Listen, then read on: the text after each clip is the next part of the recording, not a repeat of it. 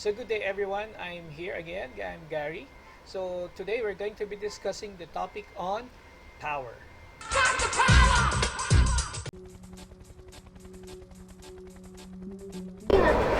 So our topic for today is about power. Power is a group level process for it involves some members of a group doing what others require in situations that range from purely cooperative and collaborative to those rife with conflicts, tension, and animosity. Right? Power can be used for a group and against it, for authority sometimes demand actions that members would otherwise never consider. We would not be social beings if we were immune to impact of power, but power can corrupt. Right? Dito ngayon pinag-uusapan, what are the limits of an authority power over group members? Okay? Until when are we supposed to be using our power to govern others? Consider yan. Then you also have to consider what are the sources of power and status in group. How do people react when they use their power to influence others? And how do those without power react when power is used to influence them? Okay? What we're going to talk about is on power is the obedience to authority, power processes, social status, at saka yung metamorphic effects. Siyempre, we're going to be talking about what we call as the Milgram study. Dito yung nagkaroon ng authorization of power to how they are being used. Then you have the power processes, basis of power, power tactics, compliance tactics, and then you have your social status, claiming status, achieving status, status hierarchies, and metamorphic effects, the changes in the power holder, at saka reaction to the use of power. Right? Milgram study. The article described a procedure for the study of destructive obedience in the laboratory. This is an experiment. It consists of ordering a naive subject to administer increasingly more severe punishment to a victim in the context of a learning experiment. Okay? So, they are trying to have a behavioral study on obedience. Would you follow? Okay? Ganito po ang ginawa sa kanila. They have a rig drawing, the teacher and the learner. They have a shock machine, may kuryente. The basic condition is on a series of errors pounding on the wall at 300 volts, refuse to answer at 315 volts. The experiment requires that you have to continue. Okay? Ano kayang ginawa dito? Ito siya, oh. Only one of 3 members in the group was an actual subject. So, ito lang yung subject. Ito lang, ha? Okay? Then, if two others gave shocks, 92% of obedience are there. If 2 others refuse to give shocks, 90% disobedience. Okay? Ngayon, anong naging basis ng power nila dyan? Power processes. The basis of power that we would be able to have is etong mga ito. Reward, coercive, legitimate, referent, expert, at saka yung informational. Okay? Anong mga nagagawa dyan sa mga means na yan? Okay? So, when you say rewards, nagkakaroon ka ng power kasi you're giving out rewards. Okay? Kaya nagkakaroon ng power kasi namimigay ka ng rewards. You are giving rewards to people and therefore you are empowered. They follow you, they give you the authority to command over them kasi may natatanggap silang galing sa'yo. Right? Habang nakakatanggap sila ng mga rewards, mas lalo ka nilang binibigyan ng power for that. Okay? Yung coercive naman, you are threatening or you are trying to punish people who doesn't follow you. So automatically, when you say coercive basis of power, you try to threaten other people to follow you, to try to recognize that you're in power. If not, you would punish them. And people would always try to go away with punishment. And once that they would be doing that, ang nagiging tendency dyan is they are now giving you the authority to govern over them.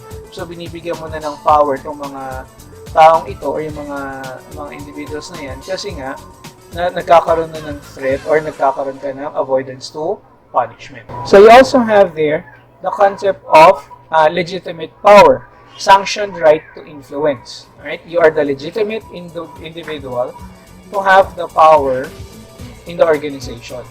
Ikaw yung binigyan nila ng authority to be able to govern over them.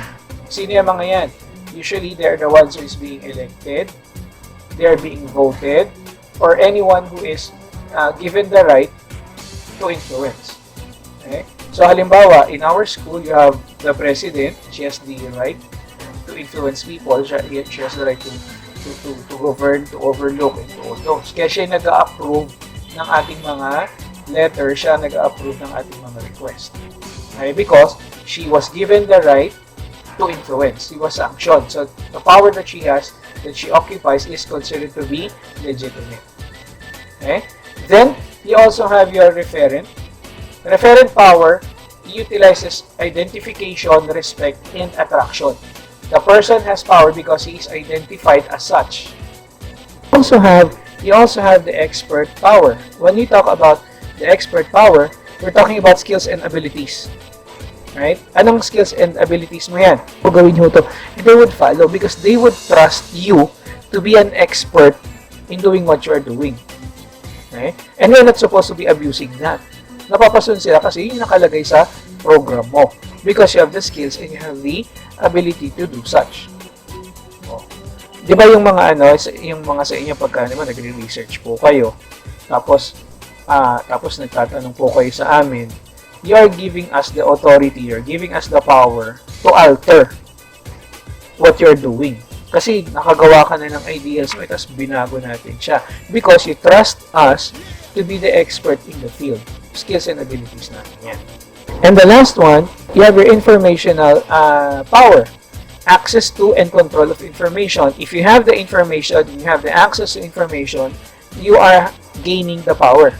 May power ka dyan kasi meron kang information na alam, meron kang information na pwedeng i-reveal, at saka may access ka dyan, so you are given that kind of power. So you have that form of power processes. Okay? Reward, coercive, legitimate, referent, expert, at saka information. Then you have your power tactics. Power tactics, are you going to be soft or hard to this person? Would you be rational or irrational? Unilateral or bilateral. Right? When you say sa soft and hard, consider collaboration, socializing, or ingratiation. Mabigat si ingratiation, utang na loob system. Tapos collaborate or socialize. Uy, kaibigan naman kita eh. Or, the times that they're bullying, they're threatening, or they're given economic rewards. Soft and hard din po natin yan. Then you have rational and non-rational. You give power because you are reasonable, it's logical, and the person is capable for persuasion. If not, they may evade or ingratiation. Wala ka utang na loob o kaya iwasan na lang yan. So the power is having such. Powerful ako kasi kaya kitang itaboy. Ikaw na mismo ang maglalayo sa sarili mo. Therefore, I become powerful on that. Okay? And you also have your unilateral or yung bilateral mo. Fait accompli, the demands, the disengagement. Pinapasunod mo lang sila because you're demanding on it. Sige na nga, para matigil, magbigay na nga ako. Or, yung iba naman, ang nangyari, they would discuss. They would go into negotiation before they would be able to follow. Okay? So, nagkakaroon siya na tinatawag na power tactics. Okay? Then, you also have your compliance tactics. Okay? Ano yung meron sa mga compliance tactics natin? Foot in the door technique. Foot in the door technique. Danica, you're asking for small favors through which you are not able to recognize that it's already being a large one. Diba? Yung tipong yung nagpasama lang, pumunta na ganito, samahan mo, may libre kita, ganito, ganyan.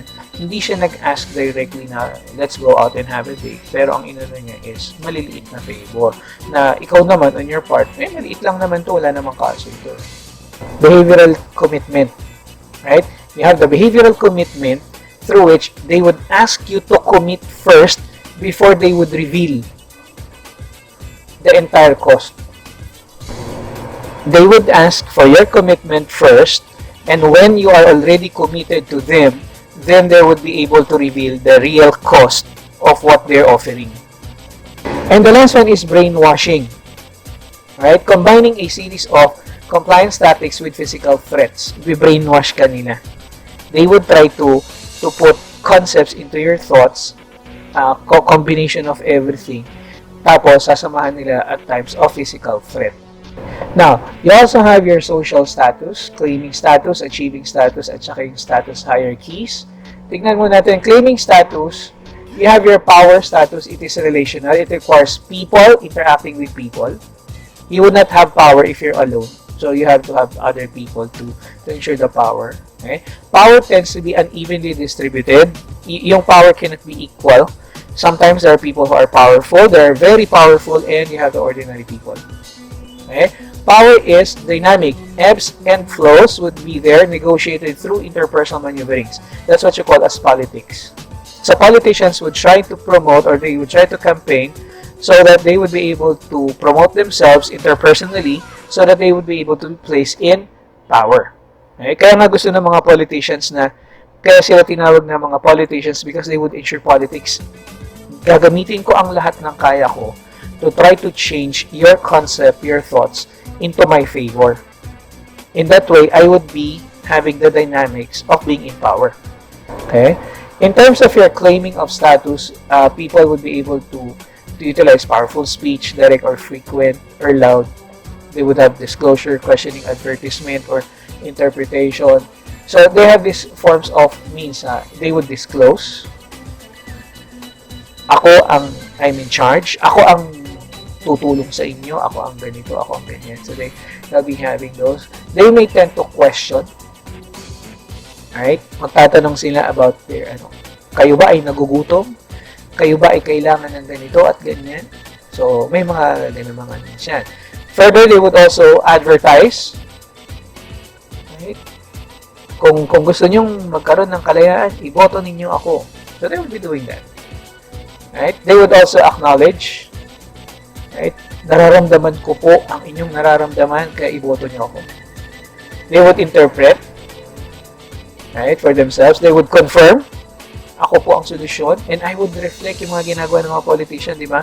Upon thinking so much, I think I should be able to run for public office. They would claim. And once that they would be doing that, they are assuming power because people are listening to them. And still, you also have non-verbal displays, posture, facial expression, gesture, kinesics, at saka yung vocalics. Right? So, iba yung pag nagsasalita, hindi siya okay hindi powerful, walang dating, hindi engaging. The facial expression should also be there. The gestures, the kinetics, yung way of movement nila, tsaka yung pag nagsasalita sila, alam mong may ibubuga. Ayan. So they're claiming. Those who seek power, they have the need for power. Men and women in power, both of them nagkaroon na ng changes yan. Physiology of power, testosterone, mas masculine, mas may concept sila ng power, mas maskulado, mas matipuno. Then, there's also the social dominance orientation, tapos yung bullying, tsaka yung mga bullies concept po natin in terms of claiming. The achievement of the status, right? They would display specific and diffuse their status characteristics. Magpapakita sila ng capabilities nila. Right? The qualities that are relevant to the group situation. Uy, ang Maynila, naghihirap, kailangan ng Maynila ng aaruga at tutulong. Magpaparamdam yan. Right? Other members form positive expectation about person X. Uy, iba siya hindi siya kapareho ng marami. And therefore, we look into him. Siguro siya yung makakasolve. Then members permit X to influence them. Then person X gains the status. Another thing in achievement status is the status generalization. Group members unfairly allow irrelevant characteristics such as race, age, or ethnicity to influence the allocation of prestige.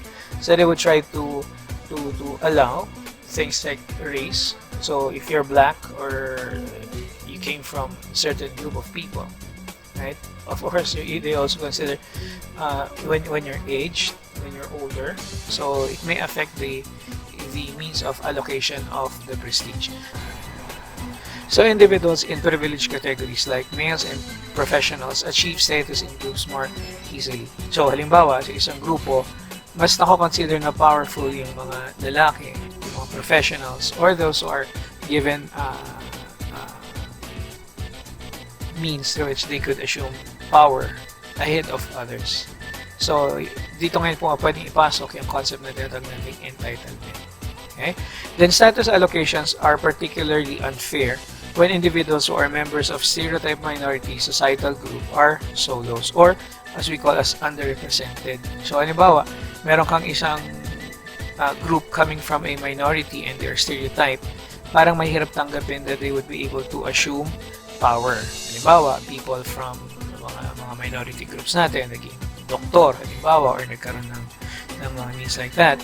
Tapos nagkasakit ka, syempre, it's very difficult for you to accept na magpapagamot ka or ang handle sa'yo ay isang member ng minority. That's why they are considered as part of status allocations, right? In some online groups, the effects of status on participations are muted, resulting in a participation equalization effect. So, sa mga grupo natin sa online, their status is being muted.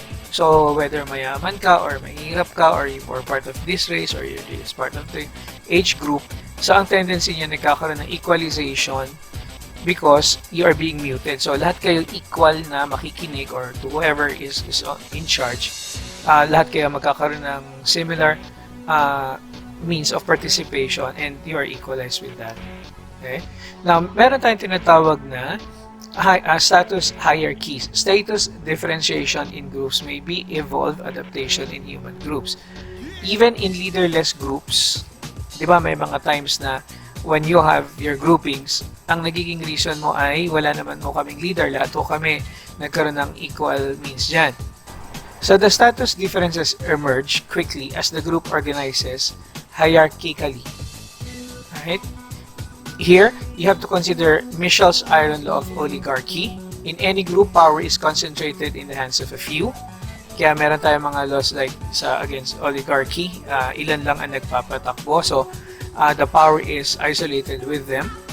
Right? So, halimbawa, sa isang lugar nyo, yung kuryente nyo, nagdi-distribute, iilan lang ang in control nung dahil ilan lang sila na may negosyo in terms of the electric business. So, sila lang nagpo-provide ng electricity. So, control nila kung ano ang gusto nilang gawin with the group. Okay? Then, there is also interpersonal complementarity. Dominant actions tend to trigger submissive actions from others.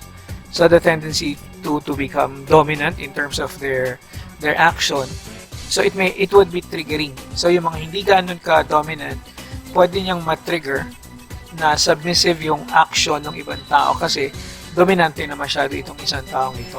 So, in terms of their interpersonal complementarity, kailangan may dominant, kailangan meron ding magiging submissive. Then you have to consider also, conflict is lower and cooperation tends to be higher in groups with stable hierarchies. Okay? So, ang nangyari dyan, pagka mababa ang conflict mo, ang tendency niyan, everyone is cooperating, meron silang cooperation, and the tendency is that nagiging stable yung hierarchy natin. So, that's the consideration we have for status hierarchies. Right? Interpersonal complementarity, ito yung sinasabi natin kanina, dominant action tend to trigger submissive actions from others. So, sa taas, you have your dominant, sa baba, submissive, on your left, you have hostile, and on your right is friendly. So, like, when a person becomes assertive, right? Yung sa kabilang side naman niya, nandun yung friendly submissive type.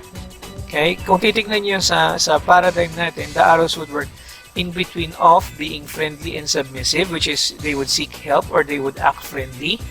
Then on top of that, the tendency of being dominant and hostile, doon sila in between of being assertive naman. Pwede rin mangyari that the person may be confident, and because of the confidence that they have, people would just give submissiveness through respect. Right? They would respect a person who may be confident and not necessarily to be friendly with them. Okay?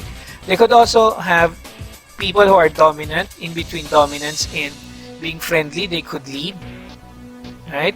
On the other hand, being submissive and hostile would lead to withdrawal among its members. So kung titignan yung cycle ng chart natin, pwedeng magkaroon siya ng both ways, and both arrows would have based on the levels of dominance, submissiveness, friendliness, at saka yung hostility ng tao. Okay? And the last one, you have your metamorphic effect. Changes in power holder, the reaction to the use of power. Okay? Researchers, by experimentally manipulating people's feelings of power, find that power and powerlessness are two very different psychological states. Is Lord's action law of power? Power tends to corrupt, and absolute power corrupts absolutely. Accurate yan. Ganito po yan. According to Kelch's approach, the inhibition model of power. Power leads to approach behavior. It could have positive effect, automatic processing, and action. But powerlessness leads to inhibition. It could lead to negative effect, controlled processing, and inaction. According to the approach inhibition theory, an integrative conceptual analysis of the transformative effect of power that finds power to be psychologically and behaviorally activating by the lack of power inhibiting such. So kung meron kang power, it could lead to having positive effect, automatic processing, and action. Now, if a person is powerless, the tendency is that he would strive hard to enable himself to gain power. That is where negative effects would come in. Bakit? Kasi kailangan niyang ma-achieve yung power niya because of powerlessness niya. They would be able to have controlled processing. They would know the action that they'll be doing. Kasi ang kanilang primary purpose is to overturn the power that is already there. So, dito ngayon magkakaroon ng power grabbing.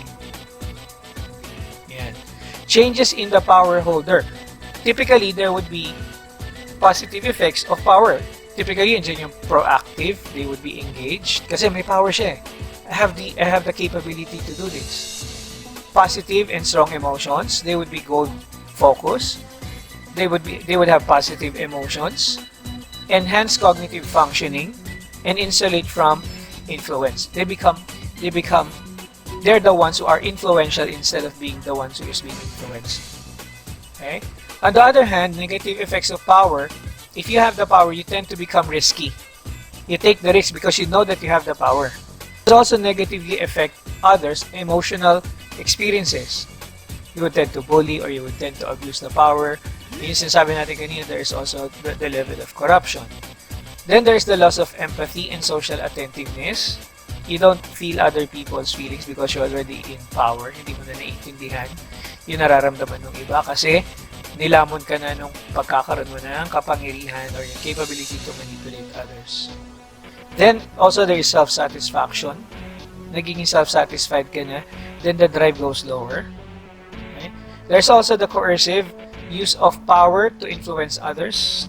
Lahat ng activity mo, gusto mo ikaw na susunod kasi nagkakaroon ka na ng coercion. You try to utilize all the power that you have in order to manipulate the behavior of other people.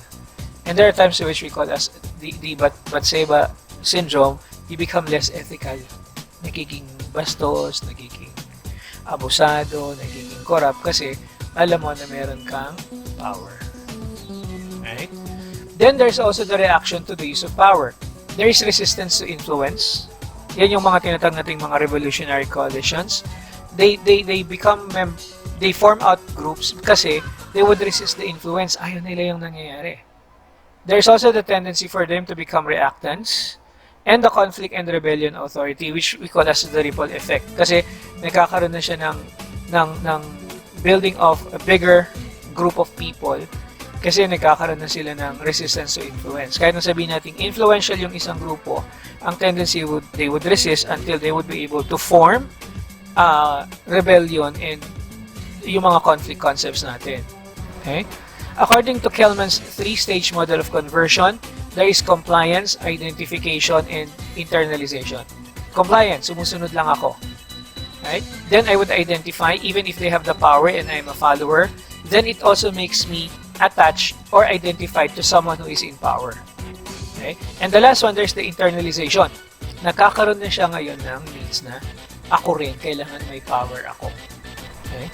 And the last one, you have your destructive obedience. Yung agentic state of the Milgram's experiment, yung pinag-usapan natin kanina.